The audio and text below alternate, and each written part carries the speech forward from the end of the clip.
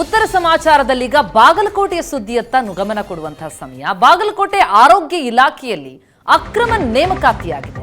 DHO ಕಚೇರಿಯಲ್ಲಿನ ಮೂಲ ಕಡತಗಳೇ ನಾಪತ್ತೆಯಾಗಿದೆ. ಅಕ್ರಮ ಮುಚ್ಚಾಕೋದಂತೆ ಸಾಕ್ಷ್ಯ ನಾಶಪಡಿಸಿರುವಂತಹ ಆರೋಪ ಕೇಳಿಬರ್ತಾ ಇದೆ.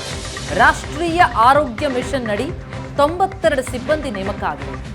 ಆದರೆ ಈ ನೇಮಕಾತಿಯಲ್ಲಿ ಅಕ್ರಮ ನಡೆದಿದೆ ಅಂತ ಡಿಎಚ್ಒ ದೂರು ಕೊಟ್ಟಿದ್ದಾರೆ. ಎನ್ಎಚ್ಎಂ ವ್ಯವಸ್ಥಾಪಕಿ ಸೋನಾಲಿ ವಿರುದ್ಧ ಪೊಲೀಸರಿಗೆ ದೂರಾಗಿದೆ. ನವನಗರ ಪೊಲೀಸ್ ಠಾಣೆಯಲ್ಲಿ ಸೋನಾಲಿ ವಿರುದ್ಧ ಕೇಸ್ ದಾಖಲಾಗಿದೆ. ಕಡತಗಳ ಜೊತೆಗೆ ಇಲಾಖೆ ಮಾಹಿತಿ ಇದ್ದ ಲ್ಯಾಪ್ಟಾಪ್ ಕೂಡ ಕಾಣೆಯಾಗಿದೆ. ಸೋನಾಲಿ ವಿರುದ್ಧ ದೂರು ಕೊಟ್ಟಿದ್ದಾರೆ ಡಿಎಚ್ಒ ಸುವರ್ಣ ಕುಲಕರ್ಣಿ. ನೇಮಕಾತಿಯಲ್ಲಿ ಗೋಲ್ಮಾಲ್ ಆಗಿದೆ. ಸಿಬ್ಬಂದಿಗಳು ಬೀದಿಗೆ ಬೆದ್ದಿದ್ದಾರೆ.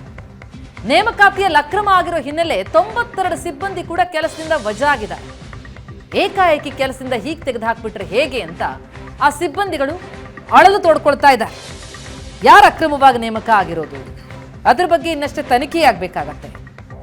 ರಾಷ್ಟ್ರೀಯ ಆರೋಗ್ಯ ಮಿಷನ್ ನಡಿ 92 ಸಿಬ್ಬಂದಿಗಳು ನೇಮಕ ಆಗಿರೋದು. ಆದರೆ ನೇಮಕಾತಿಯಲ್ಲಿ ಅಕ್ರಮ ಆಗಿದೆ ಎನ್ನುವಂತಹ ದೂರು ಬಂದ ಹಿನ್ನೆಲೆಯಲ್ಲಿ ಈ 92 ಮಂದಿಯನ್ನು ಕೂಡ ವಜಾ ಮಾಡಿದ್ದಾರೆ. ಸುವರ್ಣ ಕುಲಕರ್ಣಿ ಅಂತ ಜಿಲ್ಲಾ ಆರೋಗ್ಯ ಕುಟುಂಬ ಕಲ್ಯಾಣಾಧಿಕಾರಿ ಆಗಿರ್ತಕ್ಕಂಥವ್ರು ನವನಗರ ಪೊಲೀಸ್ ಸ್ಟೇಷನ್ಗೆ ಬಂದು ಒಂದು ಲಿಖಿತವಾಗಿ ದೂರನ್ನು ಕೊಡ್ತಾರೆ. ಸೊ ಅವರು ಇಲಾಖೆಯಲ್ಲಿ 92 ಮತ್ತು ವಿಧ ವೃಂದದ ಅಧಿಕಾರಿಗಳು ಇಲ್ಲಿಗೆಲ್ಲ ಅಕ್ರಮವಾಗಿ ನೇಮಕಾತಿ ಆಗಿದೆ. ಅದರಲ್ಲಿರ್ತಕ್ಕಂಥ ದಾಖಲಾತಿಗಳನ್ನು ಒಬ್ಬರು SD ಮ್ಯಾನೇಜು ಮಾಡ್ತಿರ್ತಾರೆ. ಅವ್ರದ್ದು ಸೊನಾಲಿ ಬೆಳ್ಳುಳ್ಳಿ ಅಂತ ಅವರು ಮ್ಯಾನೇಜು ಮಾಡ್ತಿರ್ತಾರೆ. ಮತ್ತು ಆ ದಾಖಲಾತಿಗಳನ್ನು ಇವರೇನು ಅಕ್ರಮವಾಗಿ ನೇಮಕಾತಿ ಮಾಡಿರೋ ಎಂಬುದ್ರ ಬಗ್ಗೆ ವಿಚಾರಣೆ ನಡೀತಿತ್ತು. ಆ ವಿಚಾರಣೆಗಳಿಗೆ ಆ ದಾಖಲಾತಿಗಳನ್ನು ಬೇಕಾಗಿರುತ್ತೆ.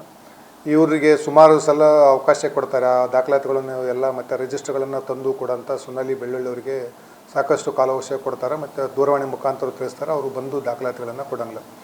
ಅದು ಯಾವ್ದಾವುದು ಯಾರ್ಯಾರು ಆರೋಗ್ಯ ಇಲಾಖೆಯಲ್ಲಿ ಅಕ್ರಮ ನೇಮಕಾತಿಯಾಗಿದೆ ಎನ್ನುವಂತಹ ಆರೋಪ ಕೇಳಿ ಬಂದ ಹಿನ್ನೆಲೆಯಲ್ಲಿ ಇವರನ್ನ ವಜಾಗೊಳಿಸಿರೋದ್ರಿಂದ ಏಕಾಏಕಿ ನಮ್ಮನ್ನು ವಜಾಗೊಳಿಸಿದ್ರೆ ನಾವು ಎಲ್ಲಿ ಹೋಗೋದು ಅಂತ ಇವರೆಲ್ಲರೂ ಕೂಡ ಪ್ರತಿಭಟಿಸ್ತಾ ಇದ್ದಾರೆ, ಅಳಲು ತೋಡ್ಕೊಳ್ತಾ ಇದ್ದಾರೆ.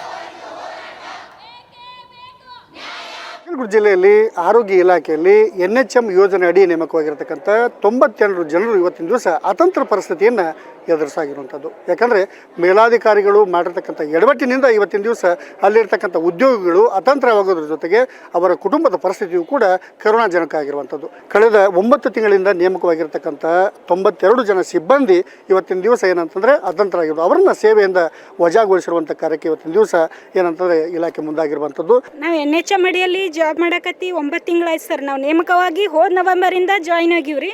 ಅಲ್ಲಿಂದ ಸೇವೆ ಸಲ್ಲಿಸ್ತಾನೆ ಬಂದೀವಿ. ಪಾಪರ್ ನಂದು ಬಿಜಾಪುರ ಸರ್. ಬಿಜಾಪುರಿಂದ ಜಮಖಂಡಿಗೆ ಹೋಗಿ ಡ್ಯೂಟಿ ಮಾಡಿಕೊಂಡು ವಾಪಸ್ ಬಿಜಾಪುರಕ್ಕೆ ಬರ್ತೀನಿ ಸರ್. ನಾವು 9 ತಿಂಗಳ ಕಾಲ ಸೇವೆ ಸಲ್ಲಿಸೀವಿ. ಅಧಿಕೃತವಾಗಿ ನೇಮಕವಾಗಿವ್ರಿ ಸರ್. ನಾವು ಆದ್ರೂ ಯಾವುದೇ ಮಾಹಿತಿ ಇಲ್ಲಾರ್ದೆ 1 ತಿಂಗಳು ಮುಂಚಿತವಾಗಿ ನಮ್ಗೆ ಹೇಳ್ತಾರೆ ರೀ. ಅದು ರೂಲ್ಸೇ ಅದು ಸರ್. ಅದು ಯಾವುದೂ ಹೇಳಾರ್ದೆ ಇವತ್ತೇ ನಾವು ಡ್ಯೂಟಿ ಮಾಡಾಕತ್ತೀವಿ ಸರ್. ಡ್ಯೂಟಿ ಮಾಡಾಕತ್ತ ಹೋಗಿವಿ. ಅಲ್ಲೇ ಫೋನ್ ಮಾಡಿ ಇಲ್ಲ ನಿಮ್ಮನ್ನು ರಿಲೀವ್ ಮಾಡ್ಯಾರ, ನೀವು ಇಲ್ಲಿಂದ ಹೋಗ್ರಿ ಅಂತ. ನಮ್ಮ ತಾಲೂಕಲ್ಲ, ಮುಧೋಳ ತಾಲೂಕಿಂದ ಕೆಲಸದಲ್ಲಿ ಇದ್ದಾಗಲೇ ಫೋನ್ ಮಾಡಿ ಇಲ್ಲ ನೀವು ಹೋಗ್ಬಿಡ್ರಿ ನಿಮ್ಮನ್ನು ರಿಲೀವ್ ಮಾಡ್ಯಾರ ಅಂತ ಹೇಳಿದಾಗ ಸರ್ ಇರುವಂಥ ಕಾರ್ ಬಿಟ್ಟು ವಾಪಸ್ ಬಸ್.